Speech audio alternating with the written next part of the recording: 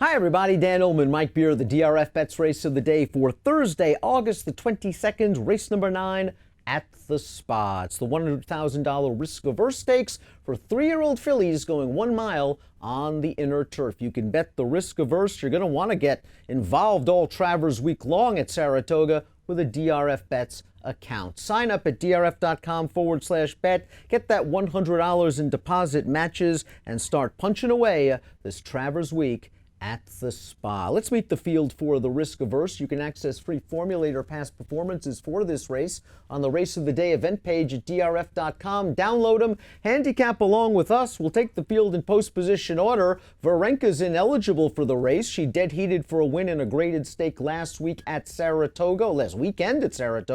She's not going to run, so we'll start with the number 2, Peaceful, who will be stretching out for the first time for trainer Jonathan Thomas. Made a really nice run from off the pace to score, going 5.5, and has the pedigree to succeed at a mile. Yeah, I think she might handle the stretch out. She certainly looks like the type who could handle it. I think she's run well in both of her starts so far, Dan. I wasn't, blown away with her win last time sprinting, but she did get it done at the end, and I think she can handle the distance. And I don't really think there's a ton of speed in here, so if Manny Franco wants to be aggressive with this stretch-out sprinter, she can get a nice spot tucked inside behind the early leaders. She also is trained by a guy that knows where to place these last-out maiden winners, as evidenced by the formulator fact for trainer Jonathan Thomas and Peaceful. Over the past few years, on turf, last out maiden winners, 5 for 11 with a $4 return on investment. The 3 is Ionic, who's a nose away from being undefeated from 3 lifetime starts, and something tells me that she might be able to try to make the lead again, and I think she'll be able to get it from an inside post under Ricardo Santana. Last time out at Delaware, though, she got away with a nice, easy pace up front.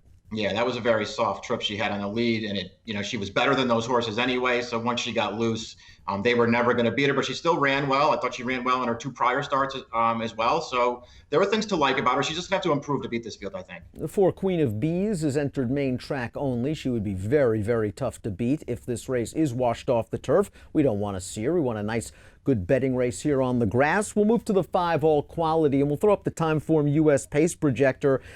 I'm not sure if All Quality's got the speed to make the lead, or whether Mark Cassidy and John Velasquez feel that this filly needs the lead. I think it just shows that there isn't a lot of pace in this race, that they have All Quality up in front. I'll disagree and say that Ionic, the 3, will get to the lead. Yeah, I don't know if I think she'll be on the lead either, but she will be up close. She has that kind of tactical speed. Another filly who I think has run well in basically all of her races. I don't know if it makes her, one of the horses to beat in this race. I think there are some better horses in here, but she's run well in all 3 of her starts, Dan.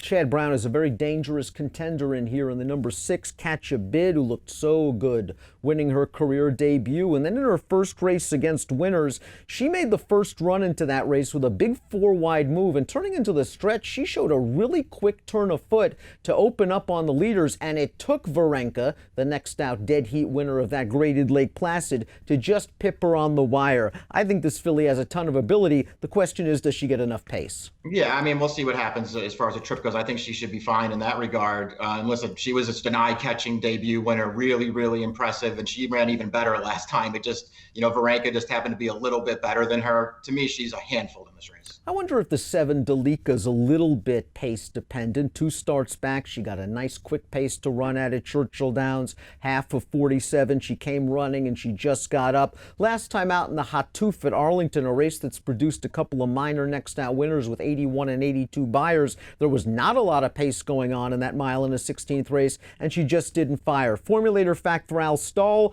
past 5 years, only 3-year-olds in turf routes off a minor layup, almost 30% winners, 240 ROI. I think she needs to improve slightly. Yeah, I think she has to improve, maybe even more than slightly, to beat this field. I didn't think she ran that well last time. How impressed were you by the number 8 New and Improved's career debut for Chad Brown, going a mile at Saratoga on July the 28th? She came from off the pace. She made a steady, sustained run to win. Chad's throwing her right into the stake against a horse that he knows is good and is in the stablemate.